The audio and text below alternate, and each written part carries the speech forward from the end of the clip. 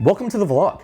On the menu today, we have a 5, 10, 20 no limit session at the bike. Now for the main event giveaway. I'm gonna be giving away 15% of my $10,000 WSOP main event to you guys, the vlog watchers, in 3 5% pieces. If I'm able to win, that means I'm giving away $1.5 million. There's only 3 things you guys have to do in order to be eligible for this contest. Number 1, you must be a subscriber to this channel. Number 2, go to my Twitter, @LiveKingPoker, find the pinned tweet and retweet it. Number 3, this is important. In this video's comments down below, you must comment with your Twitter handle.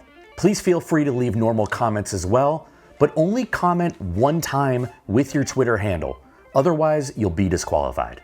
Right before the main event, sometime in early July, my producer Jamie and I are gonna get together and we're either gonna do a live stream or a recorded video to be announced on our socials. And from there, we're gonna be using a random comment picker where we pick the 3 winners of this contest.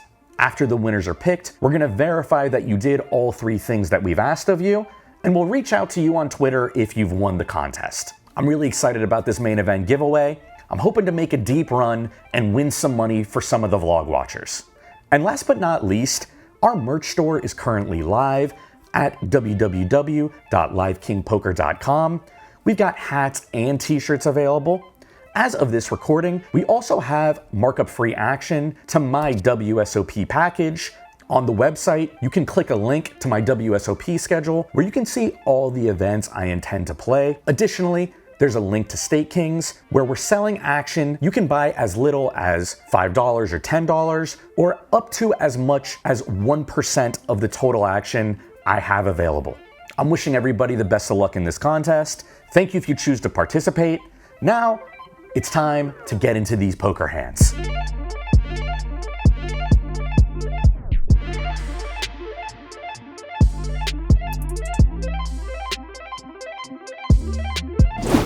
"45 minutes into the session, and we haven't played one hand of significance, but the patience pays off. We got pocket aces in the straddle. The hijack's open to 60. We 3-bet to 240.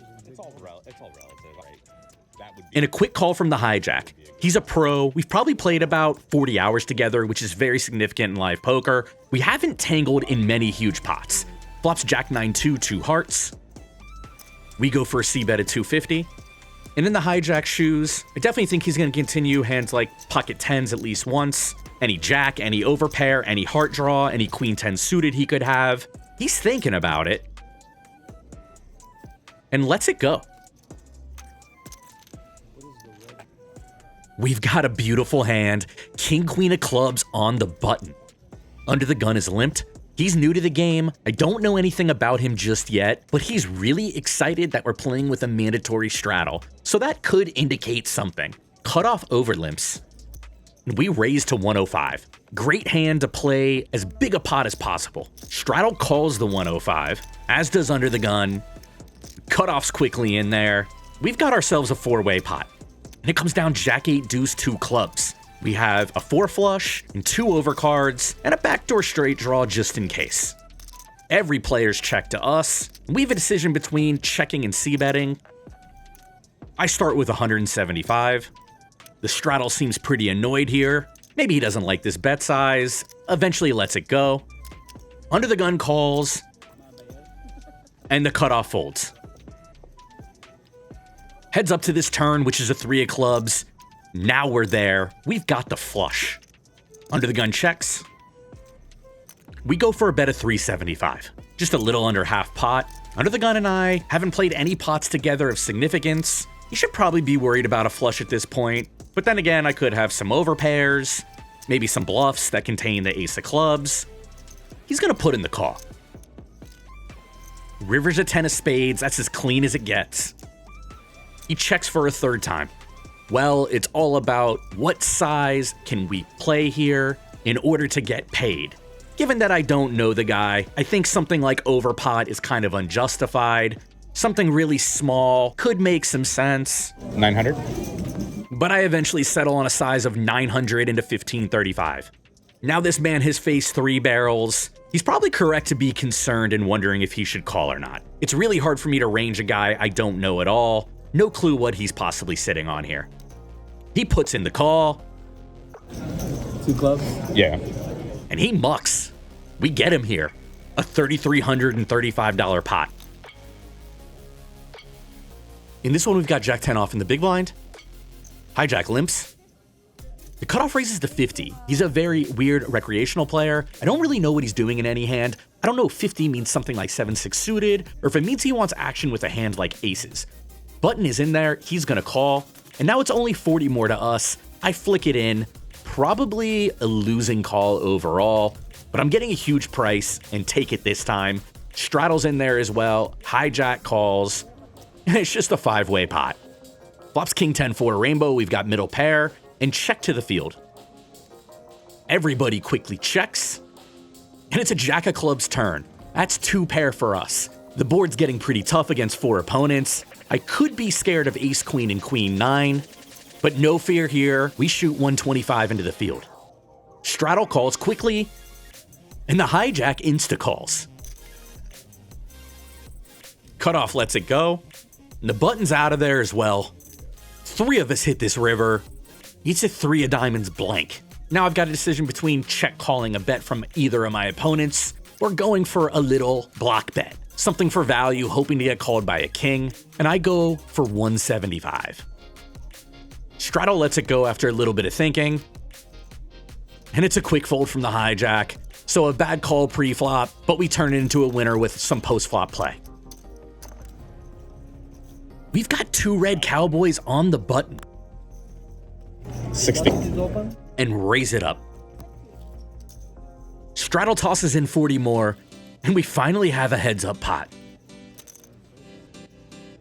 Flops jack 6-4 2 diamonds. Straddle checks. This board's relatively wet and hits the straddle pretty good. He can have hands like 7-5 and 5-3, tons of diamond draws. We size up a little bit and go for 90. Straddle's not pictured here, but I see a little live tell. It looks like he wants to reach for a raise, but as I've referenced in past episodes, I suck at live tells. So maybe I'm just seeing absolutely nothing. He goes ahead and calls. Turns a jack of diamonds, that's nasty. He checks, flushes are in, trip jacks are in, we're gonna check it. River's an 8 of hearts. That means 7-5 is home. Basically everything that could get there has effectively gotten there, and now we're facing a bet of $300. I'm mildly annoyed here. These 2 kings have effectively shriveled up to dust, and I let the second best hand in poker go. 5 hours into the session now, you can see those gray $10 chips in front of me. That means we're playing 10, 20, 40 no limit. The game started with 2 Australian pros, 1 European pro, and 2 recreationals. We've got king 10 of hearts in the straddle. Hijack has limped, and now the action's on the cutoff. He's trying to figure out what's going on in this hand. What I can tell you about this guy is I'm starting to suspect he's an action recreational. He's wearing mirrored aviator sunglasses and has a sticker on the front of his baseball cap. He's 5x'd it to 200. That's a huge ISO. And I'm not here for it, punish time. We make it 800 to go. I prefer this to a call, and the hijack's quickly out of the way. I think I started with like 38, like just under 4. Unsurprisingly, the cutoff calls. Flops 8-6-2 2 hearts and 1 spade. Gotta love it after you 3-bet the king 10 of hearts. We've got 3,050 behind, 1670 in the middle. Definitely a combo I want to see bet. We go with 650. And now the cutoff's got a little something to think about. I would think he has a ton of hands that can continue in range, but he also has some stuff he might want to fold, like whiff broadways. This guy doesn't appear to be scared money, so calling or raising seems most likely with him. All in? And yep, there it is, all in. And we quickly go with the 1-chip call. I'm always doing. Okay, 2 times. Good. He shows queen jack of hearts. I have a flush on that one. No good on board 2. We get it in as a 4-1 favorite, and chop chop. Chop it up. King 10 of hearts. Oh, wow. Chop it up. Chop it up. He wins that one. I'm so lucky. I'm glad you obliged twice. Yeah. Hey, Sam, you should want it all. So you know, I don't. Well played. All good. No problem. Yeah. I just want you to. Yeah, no, I appreciate it. All good. I'm just a one-time guy. Totally get it. I like to win. I get it. Max pain's more fun. You can handle more pain than me, though, you know? I'm not looking to kiss and not tell. I feel you. 40 on. Ready, set, go. We've got a double board, no limit hold'em bomb pot. I have absolutely zero clue how to play these. Double board PLO bomb pots I'm pretty familiar with. These ones, not so much. We've got Jack 8 off in middle position. A pretty boring hand typically, but here we can account for all 3 8s, flopping top pair on the top board and trip 8 on the bottom board. The action checks to us. We start with a bet of 200 into 800. I'm thinking this is standard-ish sizing for these types of spots, but I'm really guessing here. Everyone folds to the button, she's gonna call. Small blind peels. Under the gun calls as well. That bet scared absolutely nobody, and we're gonna get 2 turn cards.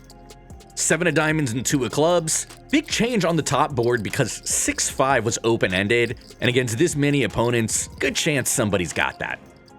Couple of checks, and now we fire full pot. Top left of your screen button, all in quickly. 1 fold. And the under the gun players all in as well. Bomb pots have struck again. We put in the call. And 10,450 in the middle. We're going to get 2 rivers. 6-5. This is a straight on the top. Under the gun shows 6-5 for a straight on the top. Button tosses her cards in the muck. And we've got a chop on our hands. We win the bottom. Straight wins the top. Nice result. We've got the straddle in this hand. The button limps. Small blind completes. Big blind's out of the way. And what do you know? 2 red 10s. Time to punish these limpers. 240. They got to pay to play. Button flicks in 2 blacks. Small blind takes a price. We go 3 ways to this flop. It's 10-6-3. That's top set. We've crippled this one very hard. Small blind checks. I think typically here you're going to want to favor a small size. We settle on 360, which is just a touch under half pot, and leaning towards something a little bigger than I would typically suggest. But these guys have shown a propensity to not really fold. In this spot, the button does snap fold, and now it's back on the small blind. We've tangled with him multiple times today. He's the mirrored sunglasses, sticker on the hat, baseball cap guy. He calls. Naturally, he wants to see a turn. And it's a 7 of diamonds. Now he's checked again. Well, this is an interesting card because the board's so dry on the flop. However, 9-8, which was a gut shot, gets there, and 5-4, which is an open-ender, is also home. Those hands are very, very likely. We've got 3,400 behind total, and I don't know what the correct size is here, but betting big makes a lot of sense to me. So I go with 1,100. In the small blind shoes, I think going all in with the nuts makes a lot of sense, and maybe even adding some bluffs. He's all in. How many times? We're in there. I'm always looking for price. Okay, 2 times. I have 2 pair. No good. I have top set. Okay, you're on that side. Yeah, just do it once. Only 1 river, and it's a 10. We've got quads when we don't even need it. Incredible stuff here. Over $8,000 in the middle. Let's fucking go. We've officially reached hour 9 of this session. We pick up my second favorite hand. Yeah, raise it for Sunday. And raise to 100. Small blind top of your screen goes for the 3-bet to 240. And this is very peculiar. I have a decent amount of hours with this guy. I consider him to be a very solid and tough Australian pro. I've never seen him use a 2.4x sizing facing raise in position or out of position. With that said, it makes me think that the majority of my range would just want to play a call against him. So that's what I go ahead and do. I opt to not 4-bet the jacks. Flops queen 7-3, 2 diamonds, 1 spade. And he puts out a range bet of 150. This makes a lot of sense to me. We don't really have hands like Queen 7, 7-3, or Queen 3. He certainly knows that. But in this instance, we are going to go ahead and peel our pocket jacks facing this small size. And the turn, incredible stuff. Jack of spades. My sun run in 2023 simply cannot stop. He's now checked, and this board has suddenly gotten very, very wet. You can have tons of broadways with diamonds and with spades. We do not have a spade in hand, but we do have a diamond. What we want to do here is simply bet for value and protection. We go with 650. He quickly flicks in one yellow chip, indicating it's a call. River's a blank 6, no flushes in there, and he's checked it over to us. Against this type of guy, I don't really think small bets make sense. Nothing like 33% or 50%. When I'm betting this river, I think I just want to use something on the bigger side, whether I'm bluffing or betting for value. We slide out 1600. And now back on him, certainly a queen could definitely make this call, but he probably doesn't have that because he folds very quickly. And an incredible end to this session, making all the sets. Well, what do you know? We're back in the bike parking lot, and the story is the same. It's kind of like a broken record a little bit. I have a total horseshoe stuck up my ass right now. My volume is so down from what it typically is. My producer Jamie and I are working overtime on the vlog, trying to get everything ready for WSOP summer. We've got the big contests announced. We got the big package announced. I'm the busiest I've ever been in my life, which is crazy. I just show up today, come hell or high water. I'm gonna vlog this session. Start out in that 5-10-20 game. It's just kind of like a nice, soft game, very value driven. I was fortunate to make some hands there. And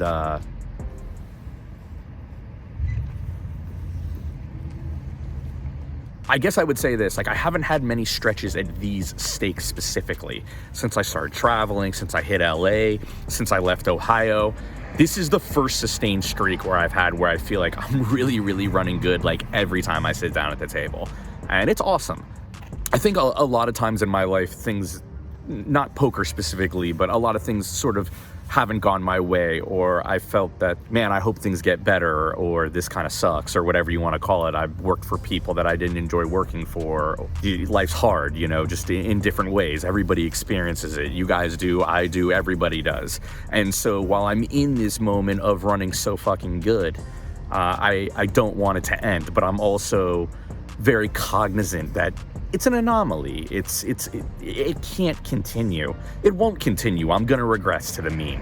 And so what I'm trying to do with that is I'm trying to say, you know what, that's okay. Let's try to enjoy it.